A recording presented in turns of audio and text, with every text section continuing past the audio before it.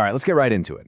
There's a version of you that you have not met yet. A version so cold, so calculated, and so relentlessly consistent that if you met them today, you wouldn't just recognize them. You'd probably be a little scared of them. This is about how to build that person. Look, this isn't about setting a new alarm or meal prepping on Sunday. Forget all that. The philosophy we're diving into today sees discipline as a full-on declaration of war. It's the ability to look at your emotions, your fatigue, your excuses, and just crush them. It's intense, it's confrontational, and it's a universe away from your typical self-help advice. And let's just be real for a second. This is why you're here, isn't it? That deep down feeling of being soul tired. You're just exhausted from making the same promises to yourself every single morning, only to break them by lunchtime. You watch other people moving forward while you feel stuck in the same vicious cycle. A short burst of motivation followed by the inevitable collapse. This is about breaking that cycle. For good. So what we're looking at here is the fundamental choice, the fork in the road. On one side, you've got the slave, ruled by every whim, every impulse, constantly trying to negotiate with their own mind for a little more comfort. And on the other, you have the sovereign, ruled by pure will. They don't negotiate, they give commands. Our entire goal, everything we're about to go through, is about dragging yourself out of that left column and planting your flag firmly in the right. So here's the roadmap.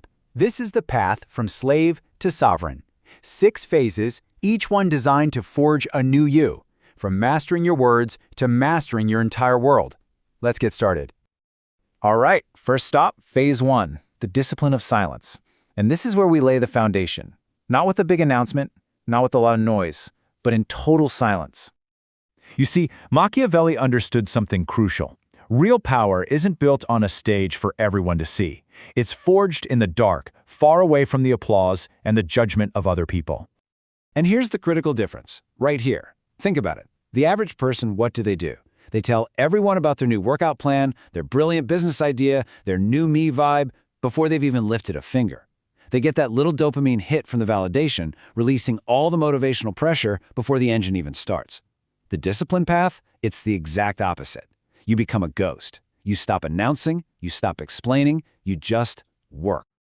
Okay, so you're working in silence now. The next step is to go deeper, inside your own head. Phase 2, the art of emotional alchemy. This is about completely rewiring your relationship with your feelings. So, what in the world is emotional alchemy? It's basically this. You sever the link between how you feel and what you do. You feel tired, but you go to the gym anyway. You feel uninspired, but you write the chapter anyway.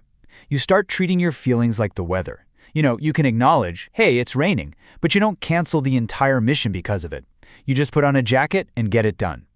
And if you want a practical, ruthless tool to make this happen, here it is, the 3-second rule. When that alarm clock goes off, you have exactly 3 seconds before your brain, which is hardwired for comfort, starts to negotiate. Just 5 more minutes. Your one job is to completely bypass that negotiation. 1, 2, 3, move. Don't think.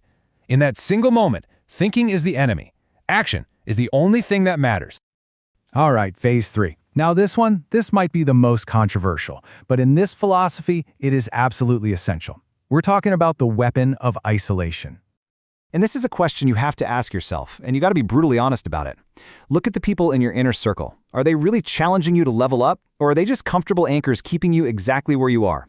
Because here's the hard truth. When you start to grow, it shines a spotlight on their stagnation, and people don't always like that. Now look, the point isn't to go live in a cave and become a hermit. It's about understanding that strategic periods of isolation are your personal laboratory. It's where you cut out all the noise from other people's opinions so you can finally hear your own voice. It's where you go to war with your inner demons, and you build a type of deep, unshakable confidence that you just can't fake. The kind that only comes from winning battles when nobody is watching. Okay, so once you've done that internal work, something amazing starts to happen. Your inner discipline begins to warp the world around you. This is phase 4, the power of unpredictability. So that famous line, it's not about being a tyrant or terrorizing people. Not at all.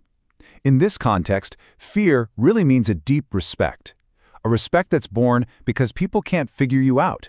When they can't bait you with drama, when they can't predict your breaking point because you don't have one, they develop a powerful respect for your strength.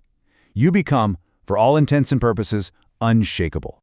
You literally become a glitch in their social matrix. Think about it. People who use drama, guilt, or anger to get what they want, suddenly their entire toolkit is useless against you. When they expect an emotional explosion, you just analyze. When they expect you to complain, you execute. That calm, analytical response, that becomes your weapon. It makes you psychologically bulletproof. Okay, time to build your operating system. Phase 5, the standard of the absolute. And this is nothing less than a declaration of war on good enough. Let's get one thing straight. You're not failing because you lack talent. You're failing because your standards are in the gutter. We live in a world where, oh, well, I tried, is seen as an acceptable outcome. This phase is about utterly rejecting that. Trying is the baseline, not the finish line. Look around. Our entire world is engineered to make you soft, to keep you comfortable, to keep you sedated. So in this environment, discipline isn't just a personal choice, it's a radical act of rebellion. You guard your time viciously, you hold yourself to a standard that frankly makes other people uncomfortable. Why? Because it holds a mirror up to their own excuses. But you're not doing it for them, you're doing it for you. And so, we arrive at the end game, the final and by far the most difficult phase. Phase 6, the death of the old self. This is where everything comes together. You see, that war Machiavelli talks about, it's not out there, it's inside you. It is a full-scale war against that weak, approval-seeking version of yourself, the one that makes excuses, the one that feels guilty for wanting more.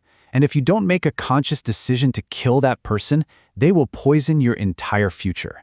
Postponing this fight only makes your enemy, your weaker self, stronger.